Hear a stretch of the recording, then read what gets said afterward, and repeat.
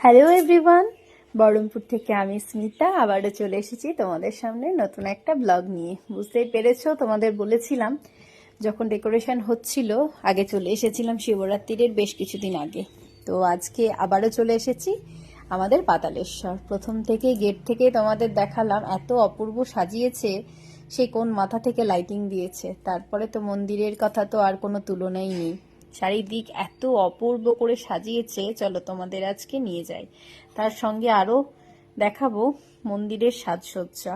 আর 24শে ফেব্রুয়ারি আয়োজন করা হয়েছে নরনারায়ণ সেবা, সকলে পারলে চলে যাবে প্রসাদ খেতে।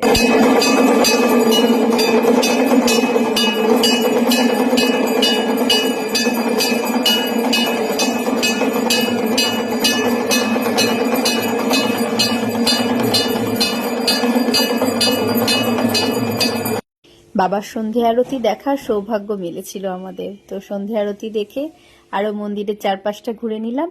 আর 12টি শিবলিঙ্গ এখানে রয়েছে, সেটাও দর্শন করতে পারো। মহাকালেশ্বর, বৈদ্যনাথ, আরো অনেক আর কি। 12টা শিব আমরা দর্শন করে নিলাম। তারপরেই একদম মন্দির সংলগ্নই বসেছে মেলা। তো সেই মেলাটা তোমাদের শেয়ার করতে পারলাম না, অ্যাকচুয়ালি করিনি, খুব ভালো মেলাতে ঘুরিনি, সামনে থেকে একটু মন্দিরটাই দর্শন করে চলে এসেছিলাম। তবে তোমরা অবশ্যই ঘুরে এসো।